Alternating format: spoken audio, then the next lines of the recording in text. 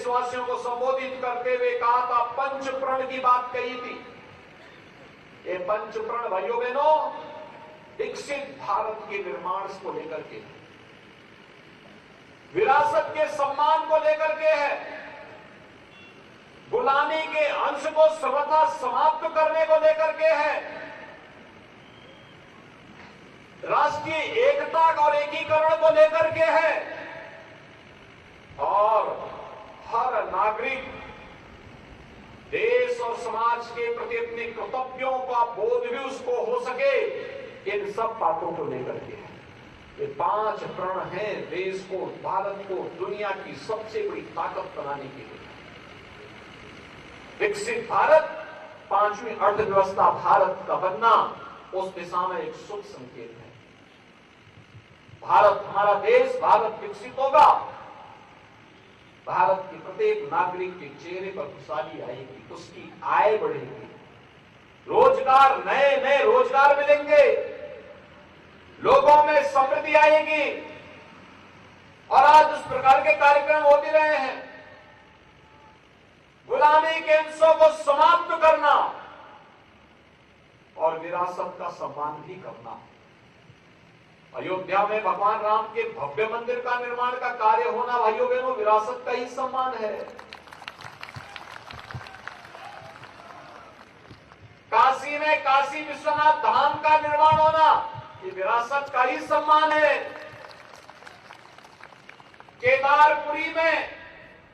केदारपुरी के पुनरुद्धार का कार्य का संपन्न होना, ये विरासत का ही सम्मान है। और भाइयों बहनों, महाकाल में महालोक का लोकार्पण होना, ये विरासत का ही सम्मान है। आजादी के अमृत महोत्सव कार्यक्रम के अवसर पर राष्ट्र नायकों का स्मरण होना भी ये विरासत का सम्मान है। हर घर पर तिरंगा का फहराना भी ये विरासत का सम्मान है। भाइयों बहनों, कांग्रेसियों ने 1947 में हर घर पर तिरंगा फहराया था कि नहीं फहराया था, हमने से संभवतः किसी ने नहीं देखा। लेकिन प्रधानमंत्री मोदी जी ने आजादी के 75 वर्ष पूरे होने पर भारत के 135 करोड़ आबादी के घरों में भारत के आन बान शान का प्रति तिरंगा फहराने का काम करवाया। भाइयों बहनों, एक तरफ यह कार्य, दूसरी तरफ आप याद करिए जो पुराने भाजपा के कार्यकर्ता हैं, एक नारा लगता था, एक देश में 2 प्रधान, 2 विधान और 2 किसान नहीं चलेंगे, नहीं चलेंगे के नारे लगते थे।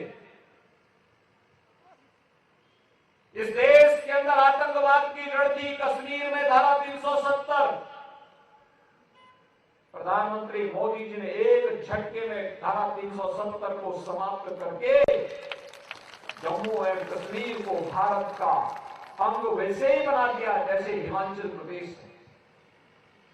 आज हिमाचल प्रदेश और बल का भी कोई नौजवान चाहे तो जम्मू कश्मीर के अंदर जमीन खरीद सकता है और वहां अपने लिए आवासीय सुविधा प्राप्त कर सकता है। आज भारत का कानून जम्मू कश्मीर पर भी बराबर लागू होगा। एक भारत श्रेष्ठ भारत की एक नई कहानी को यह कहता है। तो भाइयों बहनों, कोरोना कालखंड में इस सदी की सबसे बड़ी महामारी के दौरान अपने नागरिकों को कैसे बचाया जाना चाहिए, जीवन और जीविका की रक्षा कैसे होनी है, ये भी आपने देखा। फ्री में टेस्ट, फ्री में उपचार, फ्री में वैक्सीन और फ्री में राशन की सुविधा भी तो 80 करोड़ लोगों को देश के अंदर मिला था। भाइयों बहनों, मैं आपसे पूछना चाहता हूं, अगर ये बीमारी दुर्भाग्य से कांग्रेस के शासन में आती तो क्या ये फ्री में राशन की सुविधा मिल पाती? आप थोड़ा बोलिए, मुझे बताइए। अगर आपको विश्वास है तो बोलिए, नहीं है तो बता दीजिए कि हमें कांग्रेस पे विश्वास नहीं था, कांग्रेस नहीं देती। क्या कांग्रेस कांग्रेस वैक्सीन दे पाती फ्री में? और बताओ क्या कांग्रेस कश्मीर से धारा 370 हटा पाती? और क्या कांग्रेस अयोध्या में राम मंदिर का निर्माण करा पाती? भाइयों बहनों,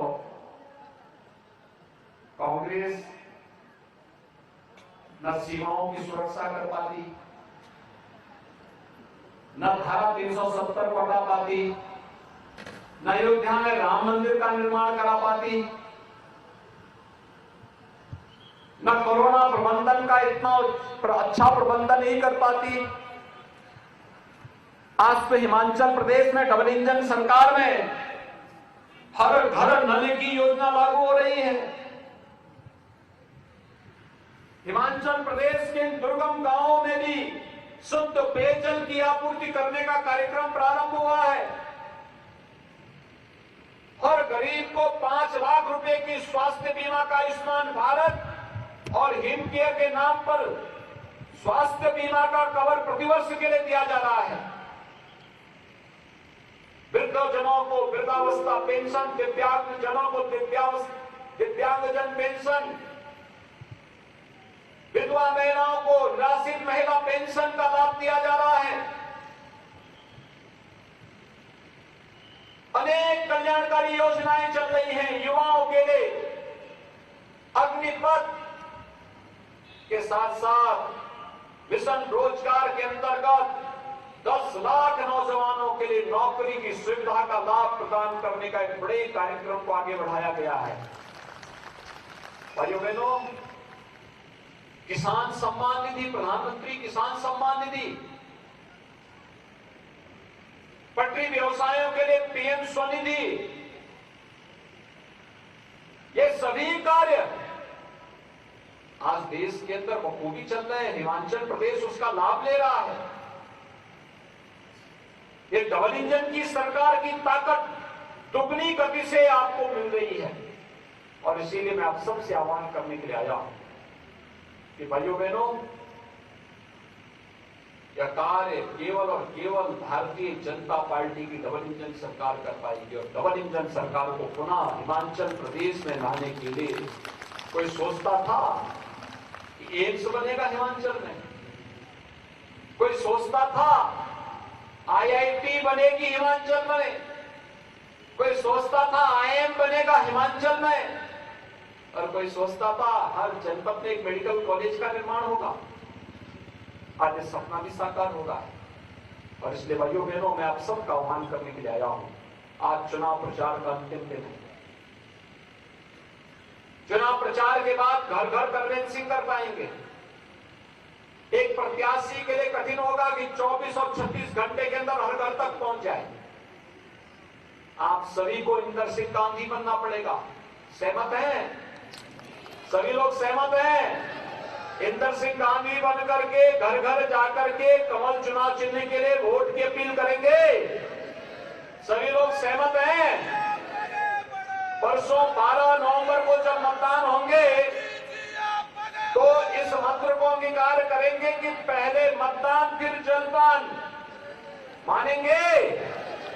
तो फिर मेरे साथ बोलेंगे, दोनों हाथ उठा करके बोलेंगे, भारत माता की, भारत माता की, भारत माता की, जय श्री राम।